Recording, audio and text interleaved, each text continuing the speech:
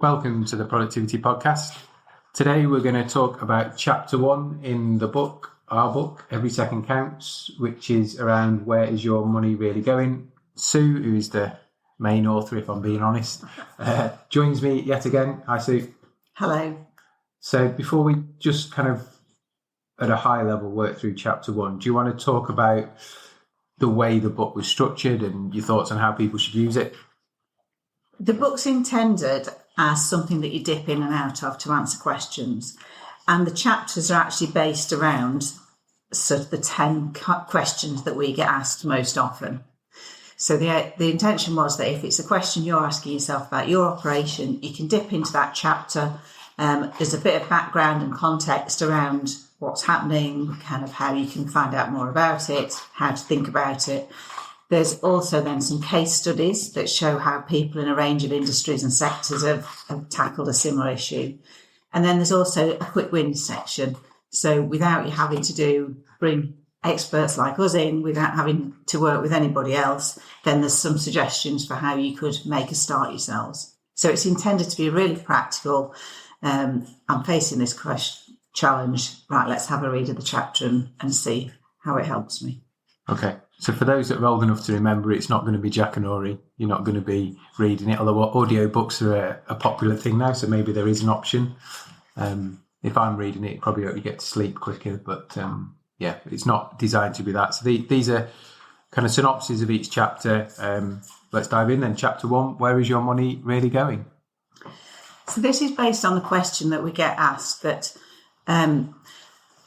there'll be a lot of businesses where they allocate budget to, whether it's stores, restaurants, warehouses, shift time, whatever. So, but they don't actually know how they're spending the time. So they might know what the hours are, but they don't know within that how time is spent. So it's talking about the techniques that we use, which is efficiency study, to look at overall where time is spent. So what proportion of time is spent with customers, how much of proportion of time is spent on the core tasks that really drive a difference, how much is spent on things like admin or meetings or things that are perhaps filling time but might not necessarily add value, depending on the role and the sector that you're looking at. So key questions it could help you answer then. There's a few that I'll reel off. How much time are you spending with customers versus completing head-down tasks? Quite relevant at the moment in a rising cost challenge. Yeah. How much admin does your team do? What extra work do areas manager give your teams? How much downtime is there when the team numbers on shift outstrip the work they do? How long do you spend moving and counting stock? Yeah. Where is my ineffective time by time of day? So lots of quite big fundamental business questions that in a world where everybody's striving for cost, I think I just, at the time of recording today, published a Guardian article on LinkedIn around Brewdog and some others, Capita, I think, moving away from the real living wage because they can't afford the differential anymore. So they're kind of moving back to national living wage or somewhere, some greyness in the middle. So really relevant. Any other good uses that it brings? Well, the other thing is it looks at kind of how you can use benchmarking. And obviously, we've got lots of benchmark data that we can then share with people when we've done these studies. So it's really interesting to know that if you're a warehouse, what proportion of your time you spend, for example, counting stock versus picking stock, versus kind of how other people, similar businesses would do it is interesting. Customer time, food prep time if you're a restaurant, cafe. And the case study in this chapter is really interesting. So example 1, a business providing expert B2B service found that only 10% of total time was spent on the part of the service that their clients valued. Yeah. So 90% of the time doing stuff that either was non-value add or that their clients didn't value. So again, big figures on big payroll numbers. So small percentage shifts and changes in those. Some quick wins easy to get at, which is explained in the book. Others clearly need more expert help and the benchmarking helps you align. Well, the great thing about understanding where your money's spent, it allows you to really target and focus your efforts effectively. Because we've all worked in businesses and know that actually having enough time and the internal capacity to drive change it's one of the things that limits your ability to do it. So you want to make sure if you're making changes, you're focusing them where they're having the biggest impact. So understanding if this is something that's 0.5% of my time versus 10% of my time, you're going to have to go with the 10% one, because even if you totally eliminate the 0.5% time one, you've only changed 0.5%. Whereas if it's something that's taking up 10% of your time, you've got a much bigger scope to have an impact on your business.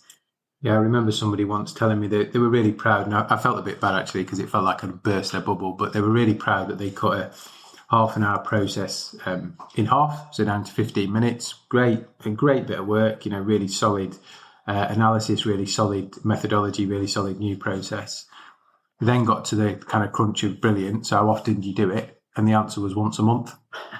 So they say 15 minutes a month. Sorry. That they couldn't realise the benefit of. And then when you actually looked at the data in terms of what chapter one's all about, if they'd made a 10-second change on one of the highly repetitious processes, it'd have been off the scale. So again, big savings in time don't necessarily correlate to an actual realisable saving, or something that at scale gives you anything that's tangible. That kind of sticks with me, that one of, I did burst the bubble a little bit and they probably walked off a little bit deflated. But the theory was good. The process, the implementation was brilliant. Just the scale wasn't worth the effort they put in. And actually, this was a retail example. The store teams didn't really value it because it was half an hour once a month and it just got done. It being 15 minutes once a month just got blended into all the other stuff that had to happen. Yeah. So sorry, I won't name names, but if I did burst your bubble on that one, I apologise profusely, but hopefully it kind of sharpened the focus. It's also interesting to look at if you're a business that handles stocks, so as a retailer, say that stock coming in, how much time you spend putting stock to the shelf versus the proportion of how much time you spend kind of in replenishment, which is then a function of how much stock you then have to put to the back shop, which is double handling. So obviously if all your stock goes in just in time direct to shelf, which is the holy grail that kind of it's tricky to get to, then you only ideally you'd touch things, you'd take it from the back door onto the shelf and wouldn't touch it again until the customer moved it and took it away and paid for it.